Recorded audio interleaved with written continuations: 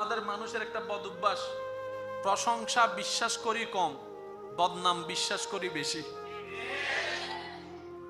অন্যের বদনাম যত দ্রুত রিসিভ করি, অন্যের প্রশংসা আমরা তত দ্রুত রিসিভ করতে।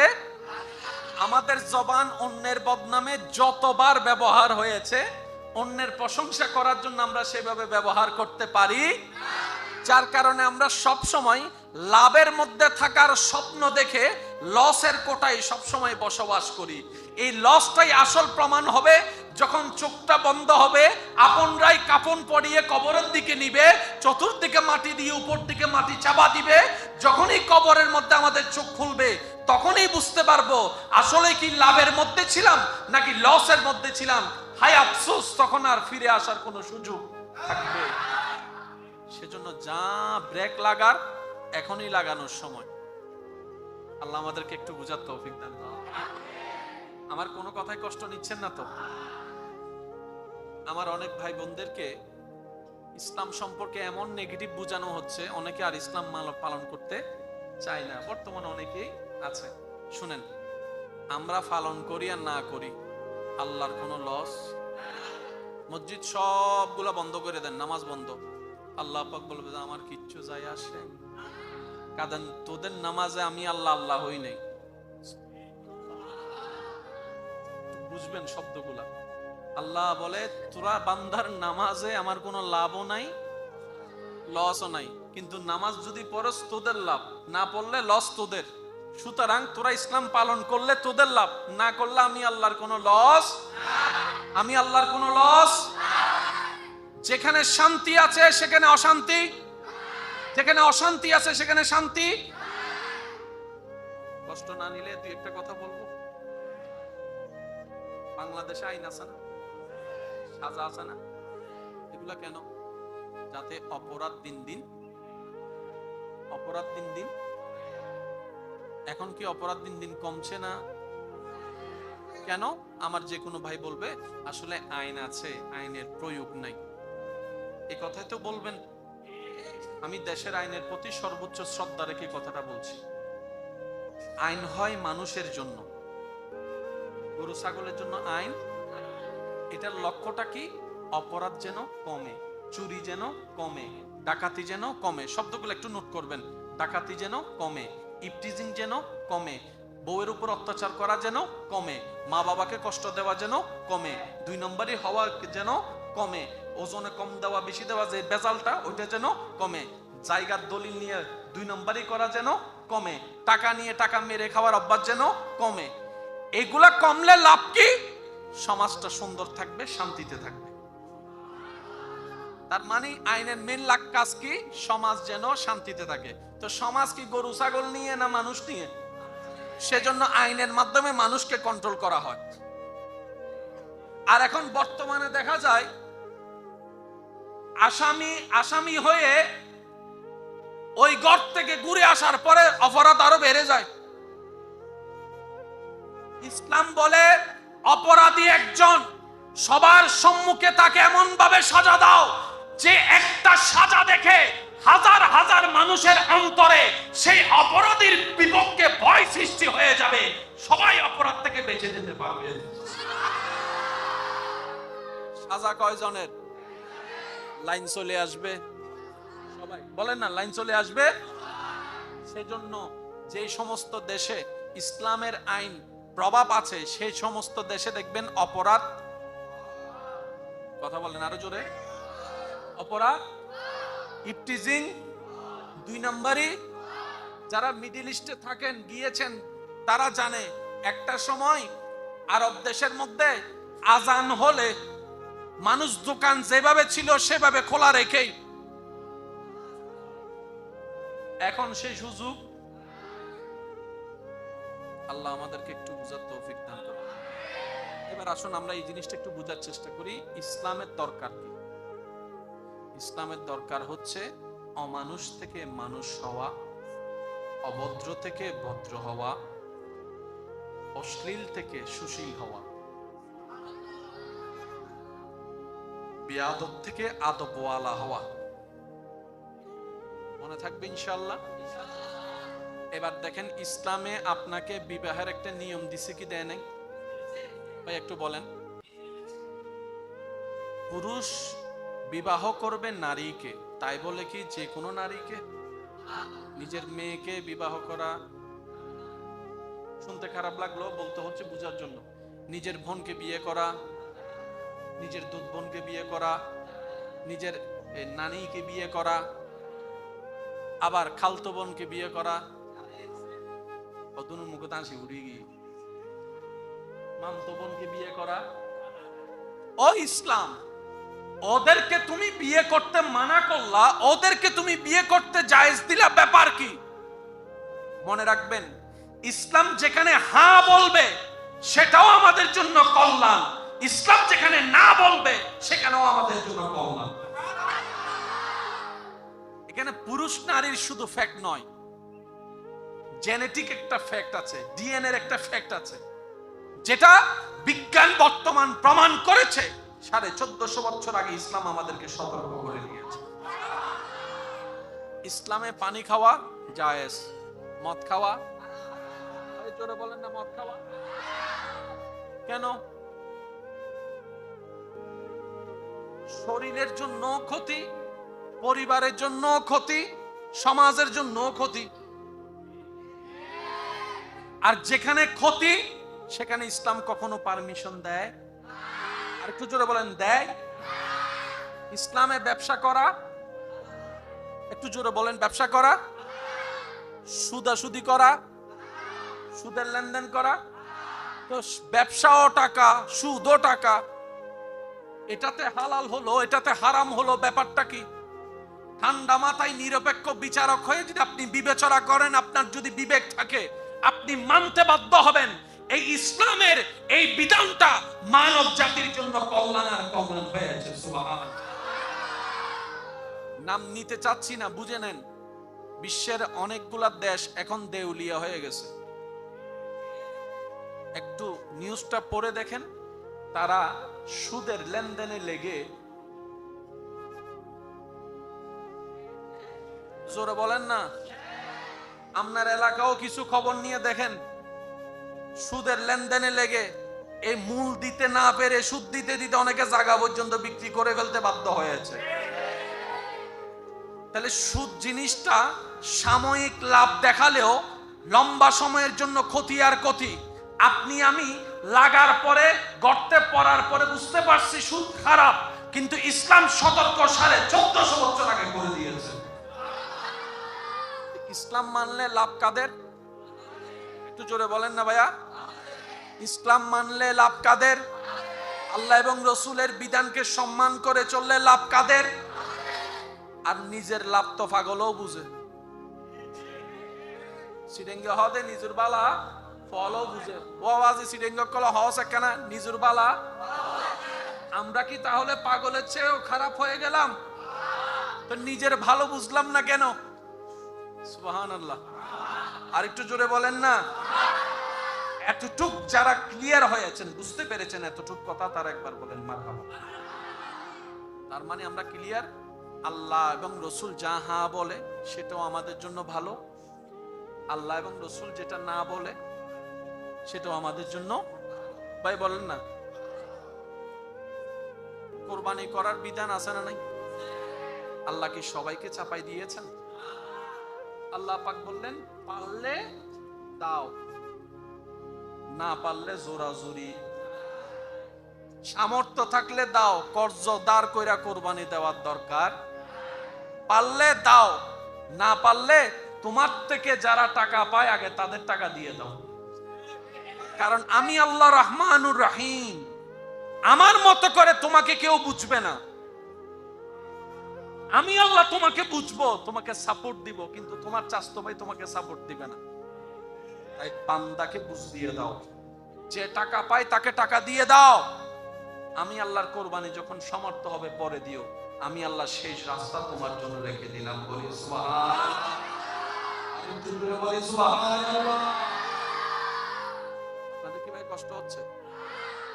নামাজ কয় ওয়াক্ত দিয়েছেন কে? আমরা চোখ বন্ধ করে বলবো, এটাতে নিশ্চয়ই আমাদের লাভ এবং লাভ। এখানে আর অঙ্ক মিলানোর দরকার।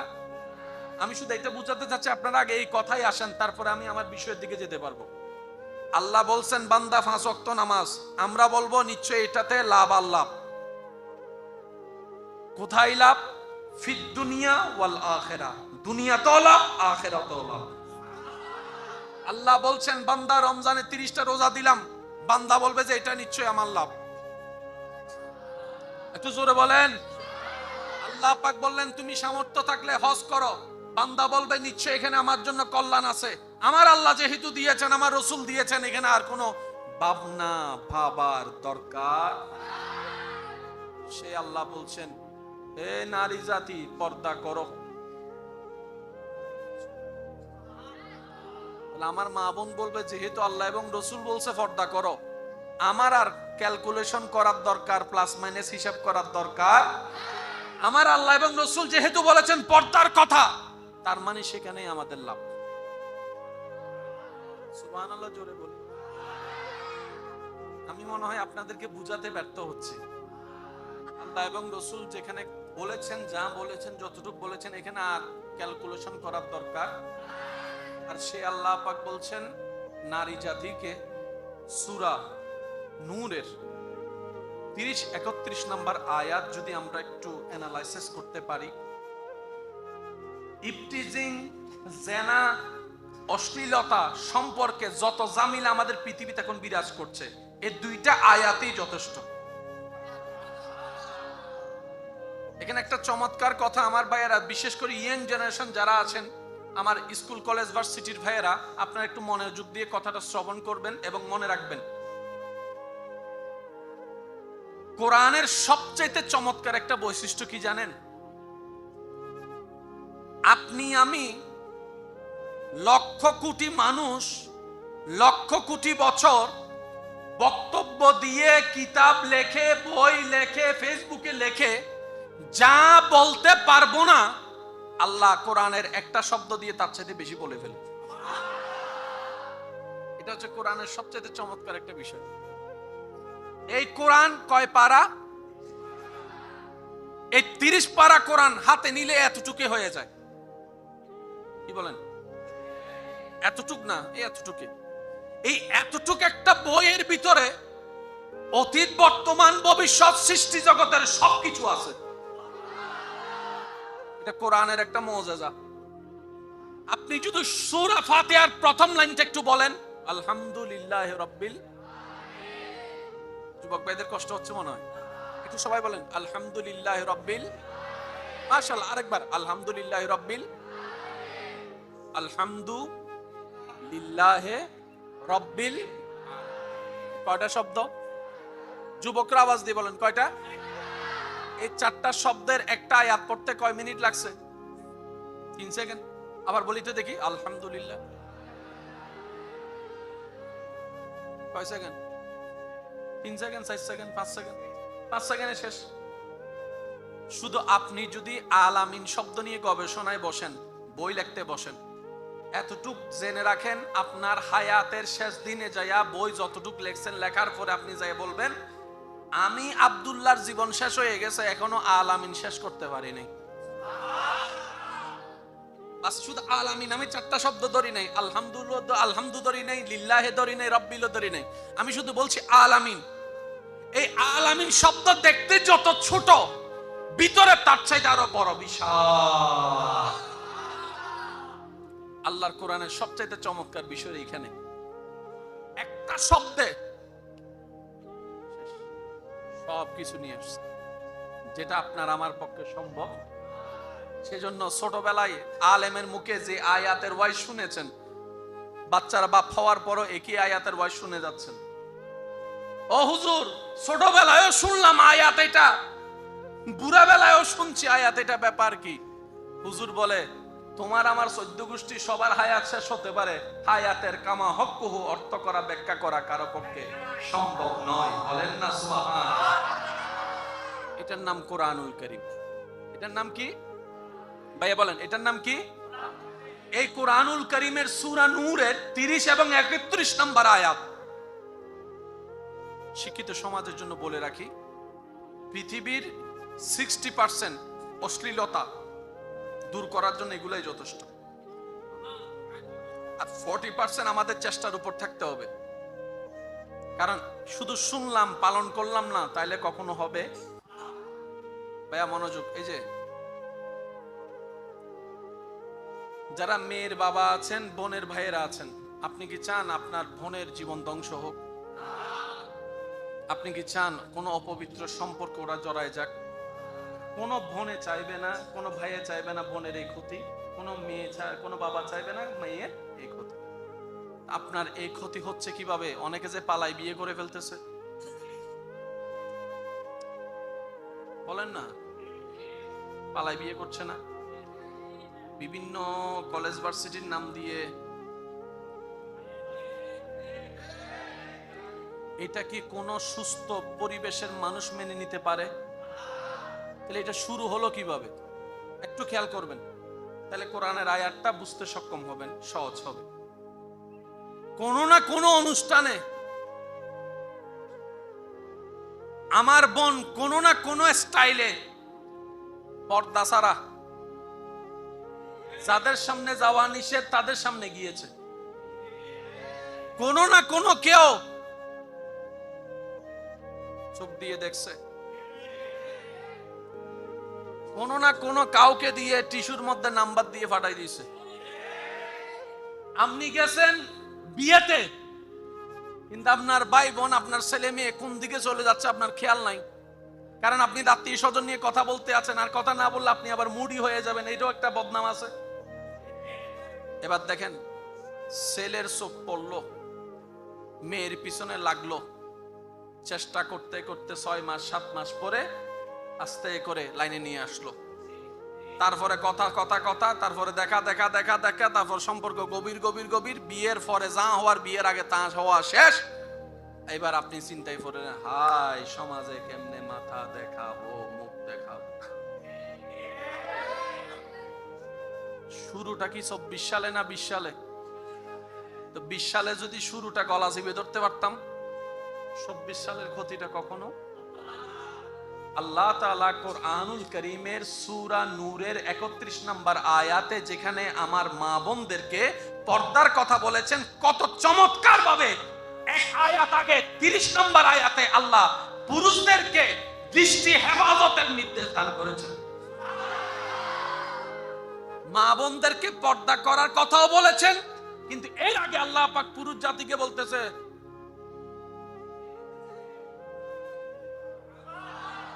এবার আপনি কোথাও গেছেন, চোখ গেছে প্রথমবার, কোন গুনাহ, এরপর আপনি চোখটাকে নামাই ফেলছেন, মনে বলে যে দেখ না দেখ না দেখ না। এবার আপনি বললেন আমার আল্লাহ নারাজ হবে, আমি চোখ দিয়ে দেখব না, আমি এই চোখকে আল্লাহর হুকুম পালন করার জন্য দুনিয়ার বেগানাকে এই কারণেই দেখব না, যাতে এই চোখ দিয়ে জান্নাতে আমি আল্লাহর নিয়ামতের হুর দেখতে পারি। যুদ্ধ চলতেছে এখন মনের সাথে চোখের সাথে। মনে বলতে সাহস না, চোখে হতে। আশা করি একটু বুঝতে পারবেন। ভাইয়া মনোযোগ,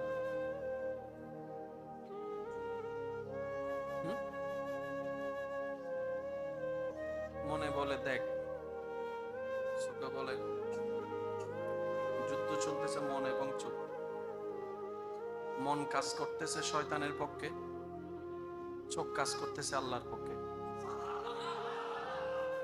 এই যে যুদ্ধ, যেটা এই যুদ্ধকে বলা হয় জিহাদে আকবর।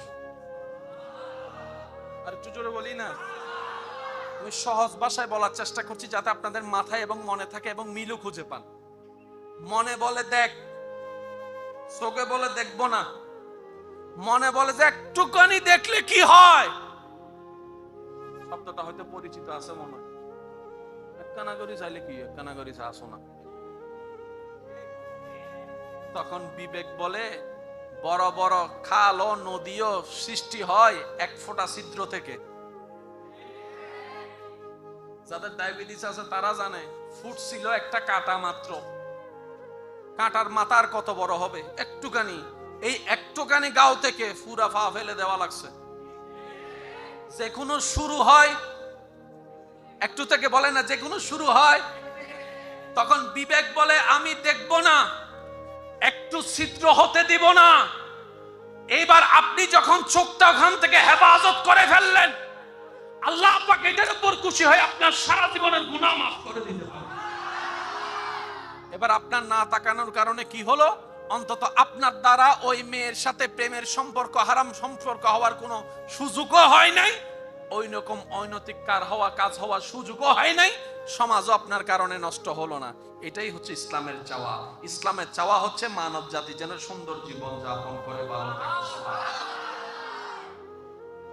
এবার বলেন, ইসলাম কি আমাদের ক্ষতি চায় না ভালো চায়?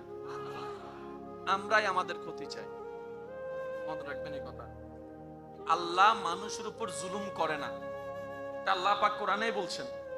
আল্লাহ মানুষের উপর জুলুম, আল্লাহ নিজে বলছেন মানুষ নিজের উপর নিজেই জুলুম করে।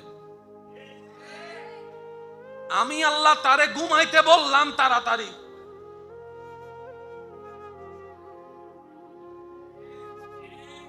নামাজের তো কেউ নামাজের এখন আল্লাহ পাক বলেছে আমি তোদের জন্য রাত বানাইলাম আরাম করার জন্য, দিন বানাইলাম পরিশ্রম করার জন্য। তোরা রাত্রে বানাই ফেললি দিন, দিনের বানাই ফেললি রাত। শরীর সুস্থ থাকার জন্য খাবারের দরকার, আমি আল্লাহ তোদেরকে 3 বেলা খাবারের ব্যবস্থাও যেমন করে দিয়েছি, এই খাবারকে আবার অর্জন করার জন্য রিজিকের ব্যবস্থাও করে দিয়েছি। ফজরের নাস্তা তোদের জন্য রেখেছি, আমি আল্লাহ রাখলাম ফজরের নাস্তা এক টাইমে। তোরা ফজরের নাস্তা খাইতেছস 12টা, 1টা, 2টা বাজে। যেই ঘরে আমরা বসে আছি, ঘরটা জানি কার? এই ঘরের খাস একটা নিয়ামত হচ্ছে, এই ঘরের দিকে তাকালো সওয়াব।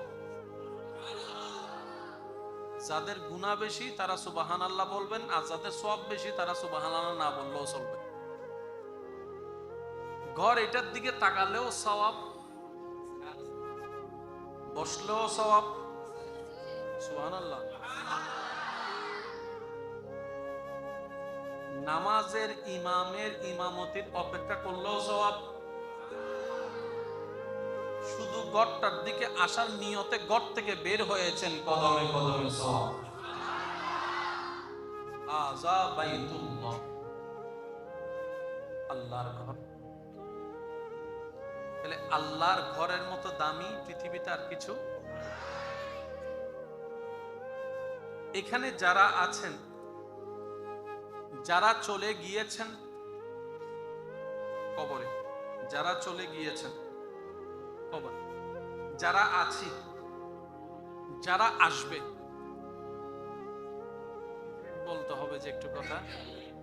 একদল বিদায় নিয়েছে, একদল এখনো, আরেক দল যেমন আপনার নাতি, যারা বিয়ে করে না তাদের বাচ্চা, এগুলা আসার পথে। অনেকেই বিদায় নিয়েছেন, আমরা আছি।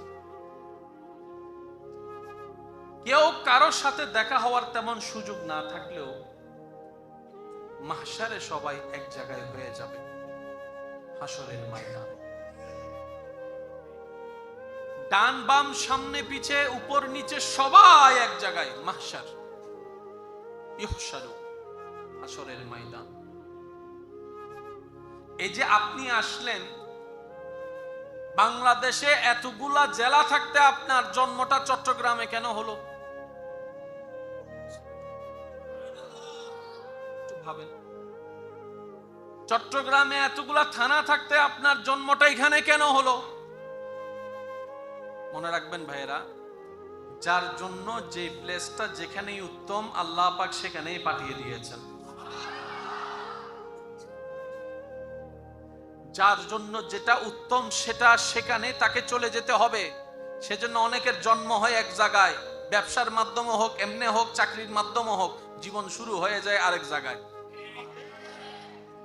আল্লাহ তাআলার প্রত্যেকটা কাজের এত সুন্দর নিপুণ প্ল্যানিং, যেখানে হাত দেওয়ার মতো অধিকারও নাই, দরকারও নাই।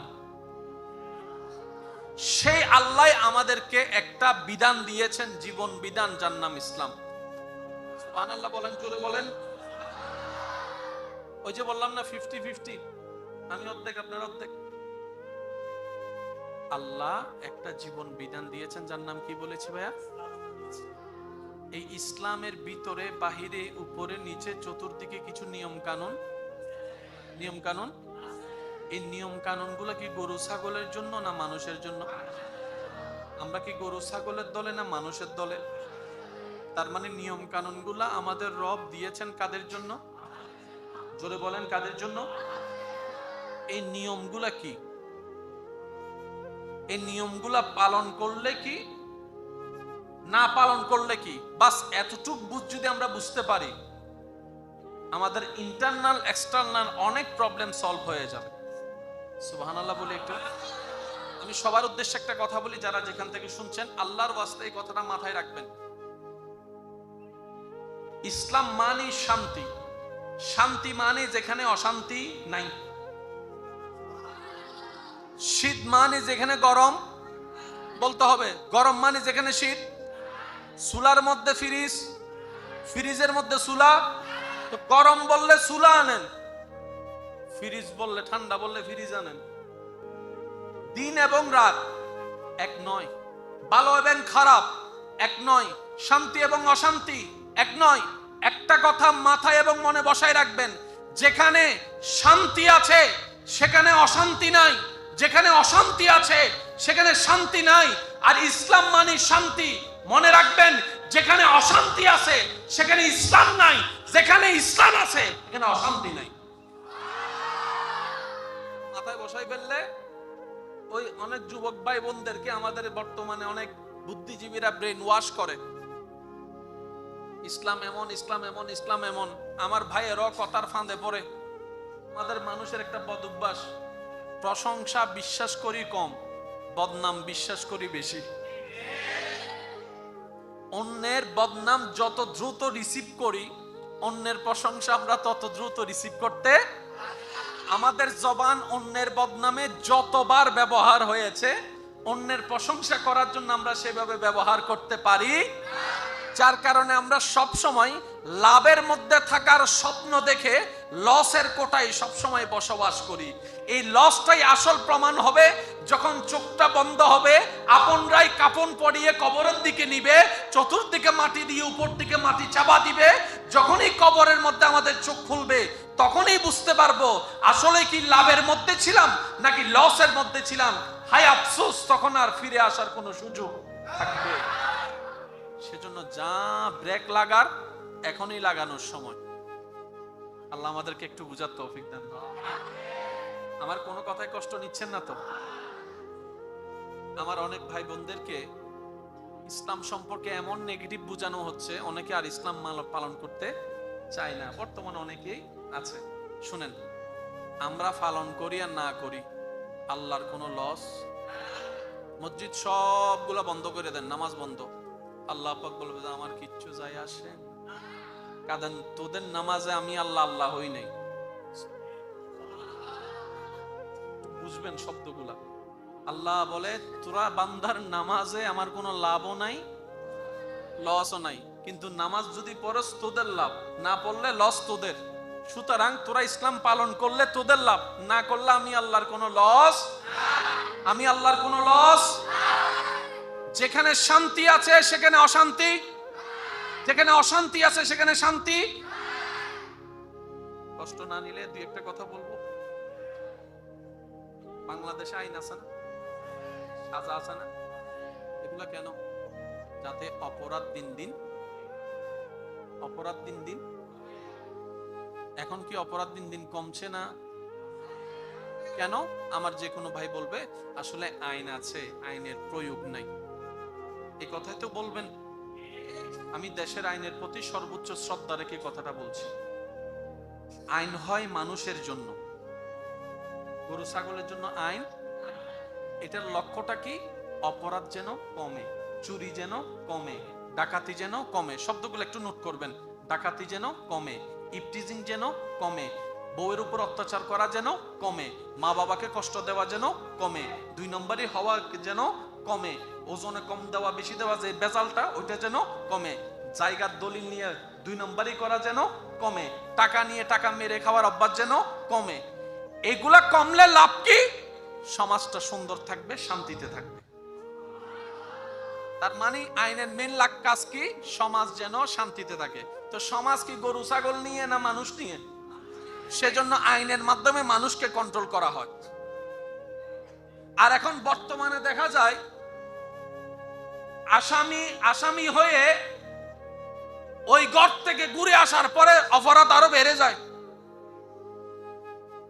ইসলাম বলে অপরাধী একজন, সবার সম্মুখে তাকে এমন ভাবে সাজা দাও যে একটা সাজা দেখে হাজার হাজার মানুষের অন্তরে সেই অপরাধীর বিপক্ষে ভয় সৃষ্টি হয়ে যাবে, সবাই অপরাধ থেকে বেঁচে যেতে পারবে। সাজা কয়জনের? লাইন চলে আসবে সবাই বলেন না, লাইন চলে আসবে। সেই জন্য যে সমস্ত দেশে ইসলামের আইন প্রভাব আছে সেই সমস্ত দেশে দেখবেন অপরাধ, কথা বলেন আরো জোরে, অপরাধ, ইফটিজিং 2 নম্বরই। যারা মিডল ইস্টে থাকেন, গিয়েছেন, তারা জানে একটা সময় আরব দেশের মধ্যে আজান হলে মানুষ দোকান যেভাবে ছিল সেভাবে খোলা রেখে, এখন সেই সুযোগ। আল্লাহ আমাদেরকে একটু বুঝার তৌফিক দান করুন। এবার আসুন আমরা এই জিনিসটা একটু বোঝার চেষ্টা করি। ইসলামের দরকার কি? ইসলামের দরকার হচ্ছে অমানুষ থেকে মানুষ হওয়া, অভদ্র থেকে ভদ্র হওয়া, অশ্লীল থেকে সুশীল হওয়া, বেয়াদব থেকে আদবওয়ালা হওয়া। মনে থাকবে ইনশাআল্লাহ।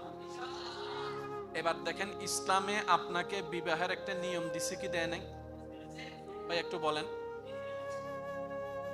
পুরুষ বিবাহ করবে নারীকে, তাই বলে কি যে কোনো নারীকে? নিজের মেয়েকে বিবাহ করা, শুনতে খারাপ লাগলো, বলতে হচ্ছে বুঝার জন্য। নিজের বোনকে বিয়ে করা, নিজের দুধ বোনকে বিয়ে করা, নিজের নানিকে বিয়ে করা, আবার খালতো বোনকে বিয়ে করা, কতনু মুখে তাঁসি উড়িয়ে গিয়ে মামতো বোনকে বিয়ে করা। ও ইসলাম, ওদেরকে তুমি বিয়ে করতে মানা করলা, ওদেরকে তুমি বিয়ে করতে জায়েজ দিলা, ব্যাপার কি? মনে রাখবেন, ইসলাম যেখানে হ্যাঁ বলবে সেটাও আমাদের জন্য কল্যাণ, ইসলাম যেখানে না বলবে সেখানেও আমাদের জন্য কল্যাণ। এখানে পুরুষ নারীর শুধু ফ্যাক্ট নয়, জেনেটিক একটা ফ্যাক্ট আছে, ডিএনএর একটা ফ্যাক্ট আছে, যেটা বিজ্ঞান বর্তমান প্রমাণ করেছে।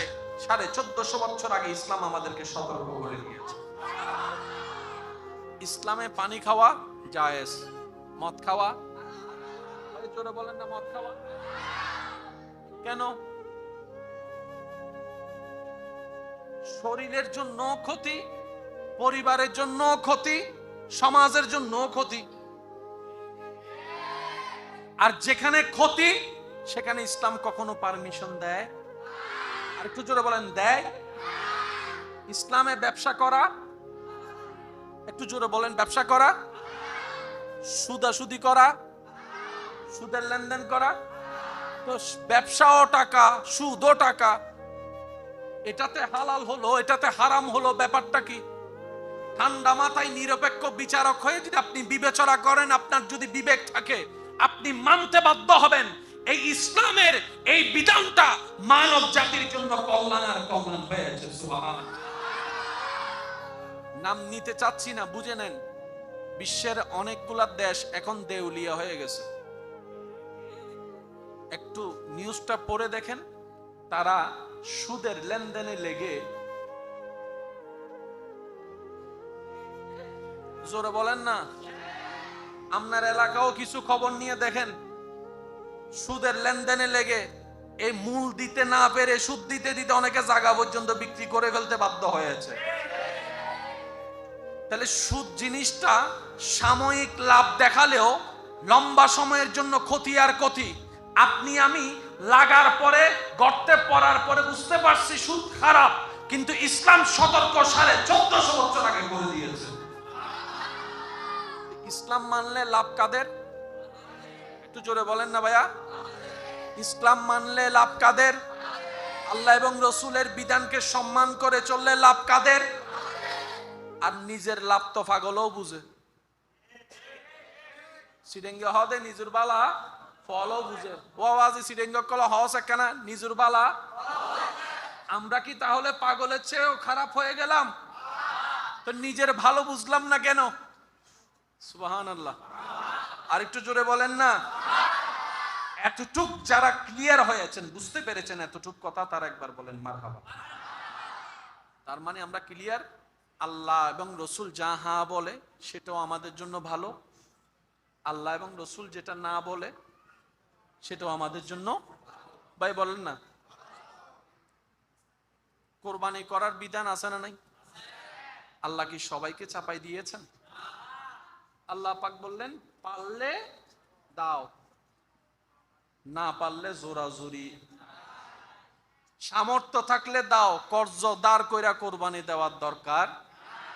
পারলে দাও, না পারলে তোমার থেকে যারা টাকা পায় আগে তাদের টাকা দিয়ে দাও। কারণ আমি আল্লাহ রহমানুর রহিম, আমার মতো করে তোমাকে কেউ বুঝবে না। আমি আল্লাহ তোমাকে বুঝবো, তোমাকে সাপোর্ট দিব, কিন্তু তোমার চাচতো ভাই তোমাকে সাপোর্ট দিবে না। তাই বান্দাকে বুঝ দিয়ে দাও, যে টাকা পায় তাকে টাকা দিয়ে দাও। আমি আল্লাহর কোরবানি যখন সমর্থ হবে পরে দিও, আমি আল্লাহ শেষ রাস্তা তোমার জন্য রেখে দিলাম। বলি সুবহানাল্লাহ। আরেকটু জোরে বলি সুবহানাল্লাহ। আপনাদের কি ভাই কষ্ট হচ্ছে? নামাজ কয় ওয়াক্ত দিয়েছেন কে? আমরা চোখ বন্ধ করে বলবো এটাতে নিশ্চয়ই আমাদের লাভ এবং লাভ। এখানে আর অঙ্ক মিলানোর দরকার। আমি শুধু এটা বুঝাতে চাচ্ছি, আপনারা আগে এই কথাই আসেন, তারপরে আমি আমার বিষয়ের দিকে যেতে পারবো। আল্লাহ বলছেন বান্দা 5 ওয়াক্ত নামাজ, আমরা বলবো নিশ্চয়ই এটাতে লাভ আর লাভ। কোথায় লাভ? ফিদ দুনিয়া ওয়াল আখিরা, দুনিয়াতেও লাভ, আখিরাতেও লাভ। আল্লাহ বলছেন বান্দা রমজানে 30টা রোজা দিলাম, বান্দা বলবে যে এটা নিশ্চয়ই আমার লাভ। একটু জোরে বলেন। আল্লাহ পাক বললেন তুমি সামর্থ্য থাকলে হজ করো, বান্দা বলবে নিশ্চয়ই এখানে আমার জন্য কল্যাণ আছে। আমার আল্লাহ যেহেতু দিয়েছেন, আমার রসুল দিয়েছেন, এখানে আর কোনো ভাবনা ভাবার দরকার। সে আল্লাহ বলছেন হে নারী জাতি পর্দা করো। তাহলে আমার মা বোন বলবে যেহেতু আল্লাহ এবং রসুল বলছে পর্দা করো, আমার আর ক্যালকুলেশন করার দরকার, প্লাস মাইনাস হিসাব করার দরকার। আমার আল্লাহ এবং রসুল যেহেতু বলেছেন পর্দার কথা, তার মানে সেখানেই আমাদের লাভ। সুবহানাল্লাহ জোরে বলি। আমি মনে হয় আপনাদেরকে বুঝাতে ব্যর্থ হচ্ছি। আল্লাহ এবং রসুল যেখানে বলেছেন, যা বলেছেন, যতটুকু বলেছেন, এখানে আর ক্যালকুলেশন করার দরকার।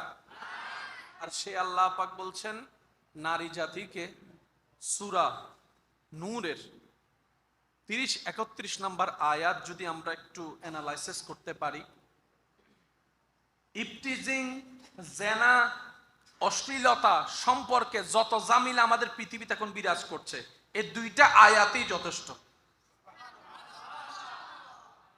এখানে একটা চমৎকার কথা আমার ভাইয়েরা, বিশেষ করে ইয়াং জেনারেশন যারা আছেন, আমার স্কুল কলেজ ভার্সিটির ভাইয়েরা, আপনারা একটু মনোযোগ দিয়ে কথাটা শ্রবণ করবেন এবং মনে রাখবেন। কোরআনের সবচেয়ে চমৎকার একটা বৈশিষ্ট্য কি জানেন? আপনি আমি লক্ষ কোটি মানুষ লক্ষ কোটি বছর বক্তব্য দিয়ে, কিতাব লেখে, বই লেখে, ফেসবুকে লেখে, যা বলতে পারবো না, আল্লাহ কোরআনের একটা শব্দ দিয়ে তার চাইতে বেশি বলে ফেলে। এটা হচ্ছে কোরআনের সবচেয়ে চমৎকার একটা বিষয়। এই কোরআন কয় পারা? এই 30 পারা কোরআন হাতে নিলে এতটুকু হয়ে যায়। কি বলেন? এতটুক না, এই এতটুকু। এই এতটুক একটা বইয়ের ভিতরে অতীত, বর্তমান, ভবিষ্যৎ, সৃষ্টি জগতের সবকিছু আছে। এটা কোরআনের একটা মুজিজা। আপনি যদি সূরা ফাতিহার প্রথম লাইনটা একটু বলেন, আলহামদুলিল্লাহি রাব্বিল, যুবক ভাইদের কষ্ট হচ্ছে মনে হয়, একটু সবাই বলেন আলহামদুলিল্লাহি রাব্বিল, মাশাআল্লাহ, আরেকবার আলহামদুলিল্লাহি রাব্বিল, আলহামদুলিল্লাহি রাব্বিল। কয়টা শব্দ? যুবকরা আওয়াজ দিয়ে বলেন কয়টা? এই চারটা শব্দের একটা আয়াত পড়তে কয় মিনিট লাগছে? 3 সেকেন্ড। আবার বলি তো দেখি, আলহামদুলিল্লাহ কয় সেকেন্ড? 3 second, 4 second, 5 second. 5 সেকেন্ডে শেষ। শুধু আপনি যদি আলামিন শব্দ নিয়ে গবেষণায় বসেন, বই লিখতে বসেন, এতটুক জেনে রাখেন, আপনার হায়াতের শেষ দিনে যাইয়া বই যতটুক লেখছেন, লেখার পরে আপনি যাই বলবেন, আমি আব্দুল্লাহর জীবন শেষ হয়ে গেছে, এখনো আলামিন শেষ করতে পারিনি। বাস শুধু আলামিন, আমি চারটা শব্দ ধরি নাই, আলহামদুলিল্লাহ, আলহামদু ধরি নাই, লিল্লাহে ধরি নাই, রব্বিলও ধরি নাই, আমি শুধু বলছি আলামিন। এই আলামিন শব্দ দেখতে যত ছোট, ভিতরে তার চাইতে আরো বড়, বিশাল। আল্লাহর কোরআনের সবচাইতে চমৎকার বিষয় এখানে, একটা শব্দে শেষ সব কিছু নিয়ে আসছে, যেটা আপনার আমার পক্ষে সম্ভব। সেজন্য ছোটবেলায় আলেমের মুখে যে আয়াতের ওয়াইজ শুনেছেন, বাচ্চারা বাপ হওয়ার পরও একই আয়াতের ওয়াইজ শুনে যাচ্ছেন। ও হুজুর, ছোটবেলায়ও শুনলাম আয়াত এটা, বুড়া বেলায়ও শুনছি আয়াত এটা, ব্যাপার কি? হুজুর বলে, তোমার আমার 14 গোষ্ঠী সবার হায়াত শেষ হতে পারে, হায়াতের কামা হক্কুহু অর্থ করা, ব্যাখ্যা করা কারো পক্ষে সম্ভব নয়। বলেন না সুবহানাল্লাহ। এটার নাম কোরআনুল কারীম। এটার নাম কি ভাইয়া বলেন? এটার নাম কি? এই কোরআনুল কারীমের সূরা নূরের 30 এবং 31 নম্বর আয়াত। শিক্ষিত সমাজের জন্য বলে রাখি, পৃথিবীর 60% অশ্লীলতা দূর করার জন্য এগুলাই যথেষ্ট, আর 40% আমাদের চেষ্টার উপর থাকতে হবে। কারণ শুধু শুনলাম পালন করলাম না, তাইলে কখনো হবে? ভাইয়া মনোযোগ। এই যে যারা মেয়ের বাবা আছেন, বোনের ভাইয়েরা আছেন, আপনি কি চান আপনার বোনের জীবন ধ্বংস হোক? আপনি কি চান কোনো অপবিত্র সম্পর্ক ওরা জড়ায় যাক? কোনো বোনে চাইবে না, কোনো ভাইয়ে চাইবে না বোনের এই ক্ষতি, কোনো মেয়ে কোনো বাবা চাইবে না মেয়ের এই ক্ষতি। আপনার এই ক্ষতি হচ্ছে কিভাবে? অনেকে যে পালাই বিয়ে করে ফেলতেছে, বলেন না, পালাই বিয়ে করছে না, বিভিন্ন কলেজ ভার্সিটির নাম দিয়ে। এটা কি কোনো সুস্থ পরিবেশের মানুষ মেনে নিতে পারে? তাহলে এটা শুরু হলো কিভাবে? একটু খেয়াল করবেন, তাহলে কোরআনের আয়াতটা বুঝতে সক্ষম হবেন, সহজ হবে। কোনো না কোনো অনুষ্ঠানে আমার বোন কোনো না কোনো স্টাইলে পর্দা ছাড়া, যাদের সামনে যাওয়া নিষেধ তাদের সামনে গিয়েছে। কোনো না কোনো কেউ চোখ দিয়ে দেখছে, কোনো না কোনো কাউকে দিয়ে টিস্যুর মধ্যে নাম্বার দিয়ে ফাটাই দিয়েছে।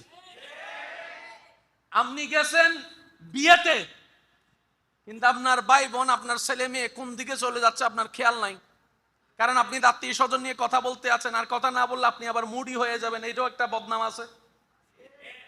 এবার দেখেন, ছেলের চোখ পড়লো, মেয়ের পিছনে লাগলো, চেষ্টা করতে করতে 6 মাস 7 মাস পরে আস্তে করে লাইনে নিয়ে আসলো। তারপরে কথা কথা কথা, তারপরে দেখা দেখা দেখা দেখা, তারপর সম্পর্ক গভীর গভীর গভীর, বিয়ের পরে যা হওয়ার বিয়ের আগে তা হওয়া শেষ। এবার আপনি চিন্তায় পড়েন, হাই সমাজে কেমনে মাথা দেখাবো, মুখ দেখাবো। শুরুটা কি 24 সালে না 20 সালে? তো 20 সালে যদি শুরুটা গলা চিপে ধরতে পারতাম, 24 সালের ক্ষতিটা কখনো। আল্লাহ তাআলা কোরআনুল কারীমের সূরা নূরের 31 নম্বর আয়াতে যেখানে আমার মা বোনদেরকে পর্দার কথা বলেছেন, কত চমৎকার ভাবে এক আয়াত আগে 30 নম্বর আয়াতে আল্লাহ পুরুষদেরকে দৃষ্টি হেফাজতের নির্দেশ দান করেছেন, মা বোনদেরকে পর্দা করার কথাও বলেছেন। কিন্তু এর আগে আল্লাহ পাক পুরুষ জাতিকে বলতেছে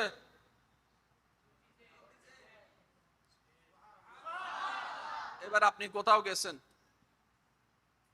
চোখ গেছে প্রথমবার, কোনো গুনাহ, এরপর আপনি চোখটাকে নামাই ফেলছেন, মনে বলে যে দেখ না দেখ না দেখ না।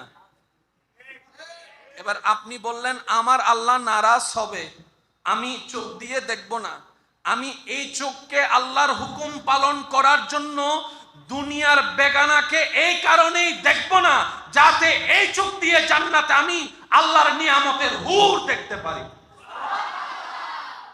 যুদ্ধ চলতেছে এখন মনের সাথে চোখের সাথে, মনে বলতে সাহস না, চোখে হদ দেন। আশা করি একটু বুঝতে পারবেন ভাইয়া, মনোযোগ।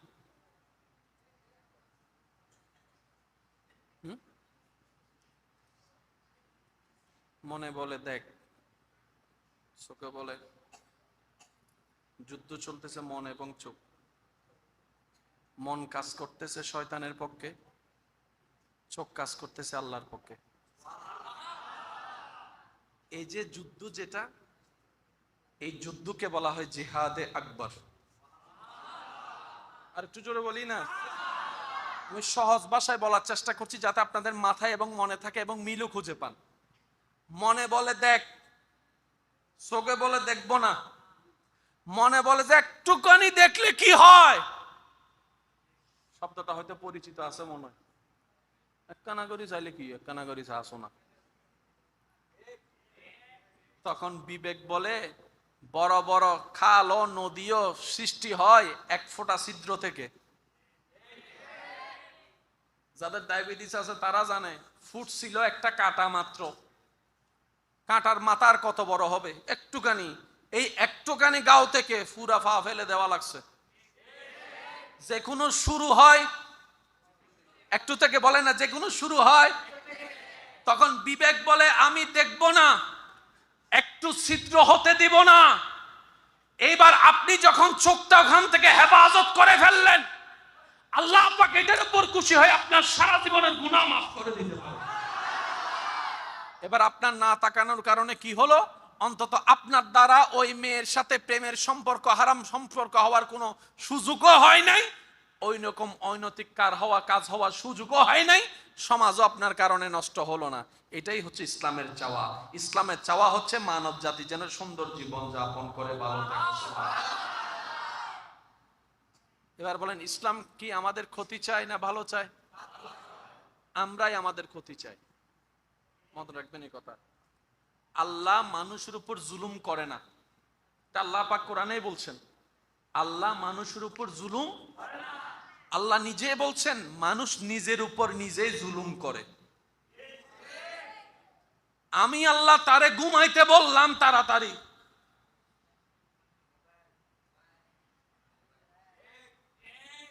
নমাতের তো কেউ নমাতের এখন চুপ করে।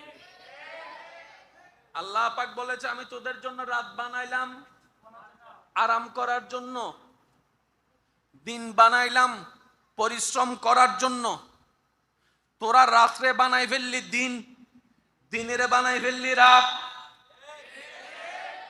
শরীর সুস্থ থাকার জন্য খাবারের দরকার, আমি আল্লাহ তোদেরকে 3 বেলা খাবারের ব্যবস্থাও যেমন করে দিয়েছি, এই খাবারকে আবার অর্জন করার জন্য রিজিকের ব্যবস্থাও করে দিয়েছি। ফজরের নাস্তা তোদের জন্য রেখেছি, আমি আল্লাহ রাখলাম ফজরের নাস্তা এক টাইমে, তোরা ফজরের নাস্তা খাইতেছস 12টা 1টা 2টা বাজে। যেই ঘরে আমরা বসে আছি, ঘরটা জানি কার? এই ঘরের খাস একটা নিয়ামত হচ্ছে এই ঘরের দিকে তাকালো সওয়াব। যাদের গুনাহ বেশি তারা সুবহানাল্লাহ বলবেন, আর যাদের সওয়াব বেশি তারা সুবহানাল্লাহ না বললেও চলবে। ঘর এটার দিকে তাকালেও সওয়াব, বসলেও সওয়াব, সুবহানাল্লাহ। নামাজের ইমামের ইমামতির অপেক্ষা করলেও সওয়াব। শুধু গড়টার দিকে আসার নিয়তে গড় থেকে বের হয়েছেন, কদমে কদমে সওয়াব। হাযা বাইতুল্লাহ, আল্লাহর ঘর। তাহলে আল্লাহর ঘরের মতো দামি পৃথিবীতে আর কিছু। এখানে যারা আছেন, যারা চলে গিয়েছেন কবরে, যারা চলে গিয়েছেন কবরে, যারা আছি, যারা আসবে, বলতে হবে যে একটু কথা। একদল বিদায় নিয়েছে, একদল এখনো, আরেক দল যেমন আপনার নাতি, যারা বিয়ে করে না তাদের বাচ্চা, এগুলা আসার পথে। অনেকেই বিদায় নিয়েছেন, আমরা আছি। কেউ কারোর সাথে দেখা হওয়ার তেমন সুযোগ না থাকলেও মাহশারে সবাই এক জায়গায় হয়ে যাবে, হাসরের ময়দানে। ডান বাম সামনে পিছে উপর নিচে সবাই এক জায়গায়, মাহশার, ইহশারু, হাসরের ময়দান। এই যে আপনি আসলেন, বাংলাদেশে এতগুলা জেলা থাকতে আপনার জন্মটা চট্টগ্রামে কেন হলো?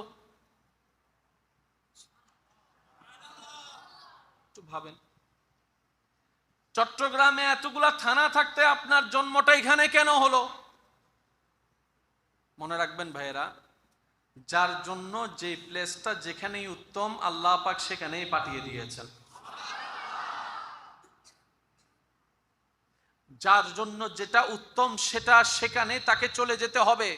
সেজন্য অনেকের জন্ম হয় এক জায়গায়, ব্যবসার মাধ্যমে হোক, এমনি হোক, চাকরির মাধ্যমে হোক, জীবন শুরু হয়ে যায় আরেক জায়গায়। আল্লাহ তাআলার প্রত্যেকটা কাজের এত সুন্দর নিপুণ প্ল্যানিং, যেখানে হাত দেওয়ার মতো অধিকারও নাই, দরকারও নাই। সেই আল্লাহ আমাদেরকে একটা বিধান দিয়েছেন, জীবন বিধান, যার নাম ইসলাম। সুবহানাল্লাহ বলেন, জোরে বলেন। ওই যে বললাম না 50-50, আমি অর্ধেক আপনার অর্ধেক। আল্লাহ একটা জীবন বিধান দিয়েছেন, যার নাম কি বলেছি ভাইয়া? এই ইসলামের ভিতরে, বাহিরে, উপরে, নিচে, চতুর্দিকে কিছু নিয়ম কানুন, নিয়ম কানুন। এই নিয়ম কানুন গুলো কি গরু ছাগলের জন্য না মানুষের জন্য? আমরা কি গরু ছাগলের দলে না মানুষের দলে? তার মানে নিয়ম কানুন গুলা আমাদের রব দিয়েছেন কাদের জন্য? জোরে বলেন, কাদের জন্য? এই নিয়মগুলা কি? এই নিয়মগুলা পালন করলে কি, না পালন করলে কি, বাস এতটুক বুঝ যদি আমরা বুঝতে পারি, আমাদের ইন্টারনাল এক্সটার্নাল অনেক প্রবলেম সলভ হয়ে যাবে। সুবহানাল্লাহ বলি একটু। আমি সবার উদ্দেশ্যে একটা কথা বলি, যারা যেখান থেকে শুনছেন, আল্লাহর ওয়াস্তে এই কথাটা মাথায় রাখবেন। ইসলাম মানে শান্তি। শান্তি মানে যেখানে অশান্তি নাই। শীত মানে যেখানে গরম, বলতে হবে, গরম মানে যেখানে শীত। চুলার মধ্যে ফ্রিজ, ফ্রিজের মধ্যে চুলা। তো গরম বললে চুলা আনেন, ফ্রিজ বললে, ঠান্ডা বললে ফ্রিজ আনেন। দিন এবং রাত এক নয়, ভালো এবং খারাপ এক নয়, শান্তি এবং অশান্তি এক নয়। একটা কথা মাথায় এবং মনে বসায় রাখবেন, যেখানে শান্তি আছে সেখানে অশান্তি নাই, যেখানে অশান্তি আছে সেখানে শান্তি নাই। আর ইসলাম মানে শান্তি। মনে রাখবেন, যেখানে অশান্তি আছে সেখানে ইসলাম নাই, যেখানে ইসলাম আছে সেখানে অশান্তি নাই। মাথায় বসাই ফেললে ওই অনেক যুবক ভাই বোনদেরকে আমাদের বর্তমানে অনেক বুদ্ধিজীবীরা ব্রেন ওয়াশ করে, ইসলাম এমন, ইসলাম এমন, ইসলাম এমন। আমার ভাইয়েরও কথার ফাঁদে পড়ে।